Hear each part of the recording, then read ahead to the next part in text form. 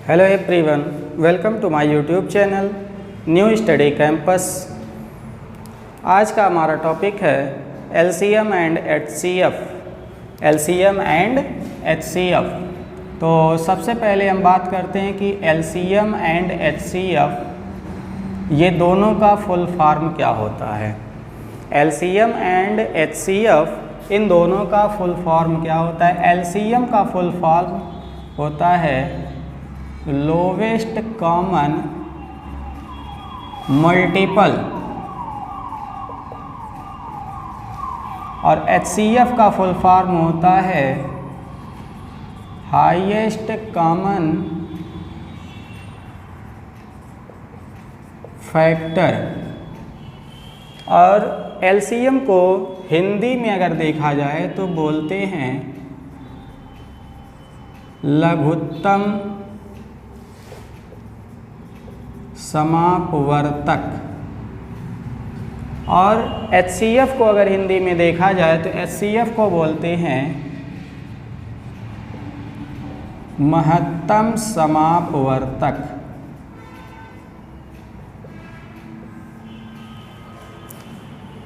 LCM को हिंदी में बोलते हैं लघुत्तम समापवर्तक और एचसीएफ को हिंदी में बोलते हैं महत्तम समापवर्तक। तो एलसीएम और एचसीएफ को हिंदी में लघुत्तम समापवर्तक और एचसीएफ को महत्तम समापवर्तक बोलते हैं। तो सबसे पहले जानेंगे कि एलसीएम और एचसीएफ निकालने की विधियां कितनी हैं, मेथड्स कितने हैं, विधियां। तो विधियां देखेंगे तो सबसे पहला जो होता है वो होता है अभाज्य गुणनखंड विधि। अभाज्य गुणनखंड विधि।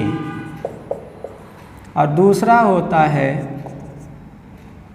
भाग विधि। भाग विधि। अभाज्य गुणनखंड विधि इसको प्राइम फैक्टराइजेशन मेथड बोलते हैं। क्या बोलते हैं? Prime factorization method. और भाग विधि को बोलते हैं डिवीजन मेथड। सबसे पहले हम कोई एक उदाहरण लेते हैं, कोई एक एग्जाम्पल ले लेते हैं। जैसे कि हमने एग्जाम्पल नंबर 1 ले लिया।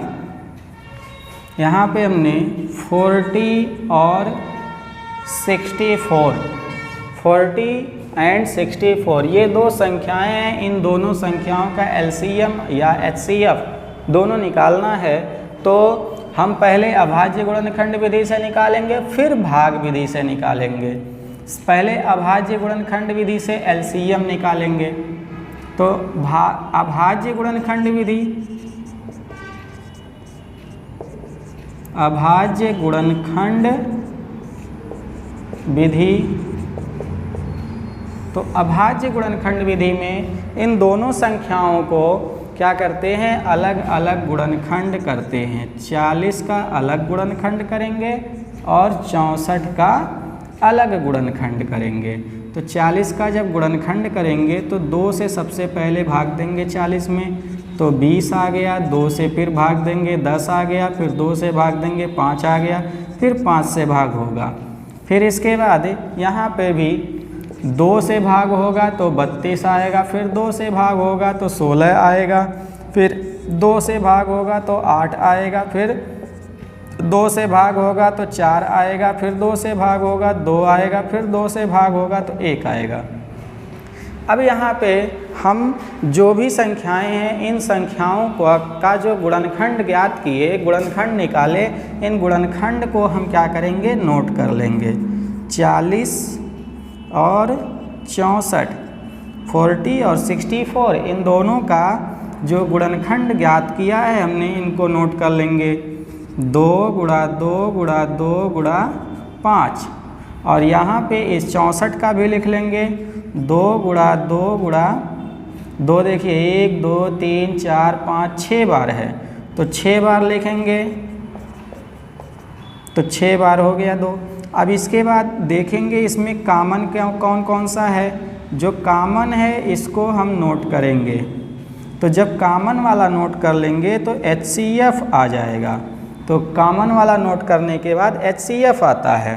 तो यहाँ पे 2 गुणा 2 गुणा 2, 3 बार 2 लिखेंगे, कॉमन हो रहा है, तो कितना आ गया 8 आ गया। कितना आ गया 8, 2 दूना 4 दूना 8 हो गया। अब इसके बाद फिर क्या करेंगे, जो इनमें अब अगर LCM लिखना है, क्या करना है LCM लिखना है, तो इसमें जो कॉमन है उसको तो नोट करेंगे और साथ ही जो इसमें बच रहा है इसको भी नोट करेंगे। 2 गुणा 2 गुणा 2, ये बच रहा है तीनों, और ये 5 भी नोट कर लेंगे। फिर इसके बाद गुणा करेंगे, देखिए 2 दूना 4 दूना 8 दूना 16 दूना 32 दूना 64, और 64 का गुणा 5 में कर देंगे तो 5 चौके 20 हो गया, और 5 छक 30, 2 32 हो गया। एक बार गुणा फिर से कर लेते हैं इधर से, 5 दूना 10 दूना 20 दूना 40, 40 दूना 80, 80 दूना 160, 160 दूना 320। तो ये हो गया LCM आया 320 और HCF आया 8। अब ये तो हो गया अभाज्य गुणनखंड विधि। लेकिन इसके बाद अगर हम भाग विधि से निकालें, क्या करें, भाग विधि से HCF या LCM निकालना हो, दूसरी विधि है भाग विधि, तो भाग विधि से LCM या HCF निकालेंगे। तो देख, अभाज्य गुणनखंड विधि से हमारा ये LCM और HCF ज्ञात हो गया। अब हम दूसरी विधि लिखते हैं भाग विधि, और भाग विधि से हम इन दोनों संख्याओं का LCM और HCF ज्ञात करते हैं। तो इन दोनों संख्याओं को हम पहले छोटी संख्या से बड़ी संख्या में क्या कर देंगे, भाग करेंगे, और 40 से भाग देंगे। 64 में तो 2 बार जाएगा नहीं, 1 बार भाग जाएगा, तो 40 एक कम 40, और भाग घटाएंगे तो 4 आया, और यहाँ 2 आया।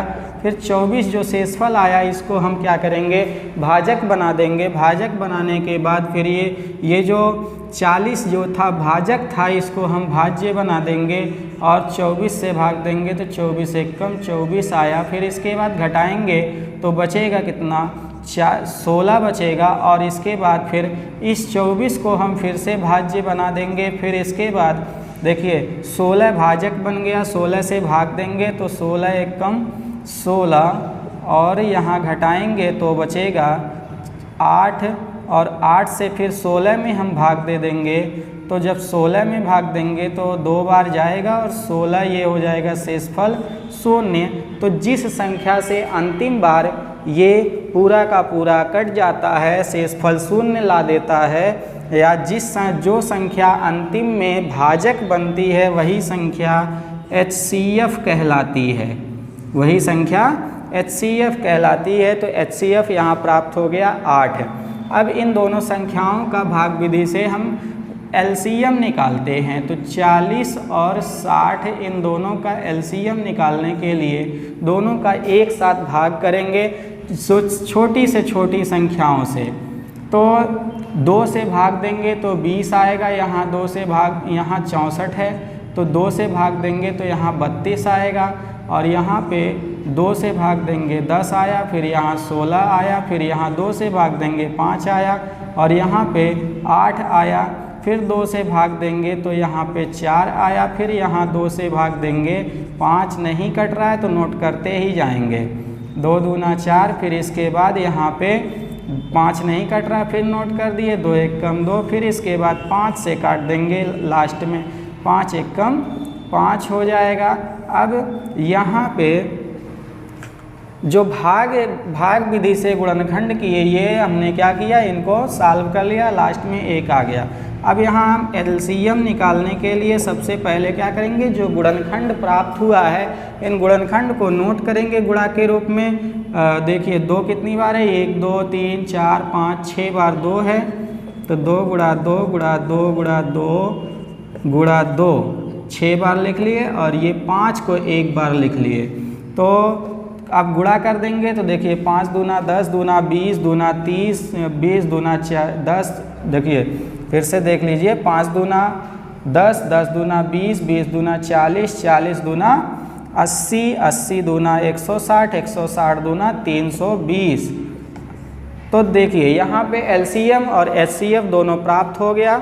एलसीएम और एचसीएफ देखिए दोनों मेथड से सेम आया हुआ है, दोनों मेथड से एलसीएम और एचसीएफ सेम आया हुआ है। यहाँ पे एलसीएम देखिए 320 है, यहाँ पर भी एलसीएम 320 है, और यहाँ पर एचसीएफ 8 है, यहाँ पर भी एचसीएफ 8 है।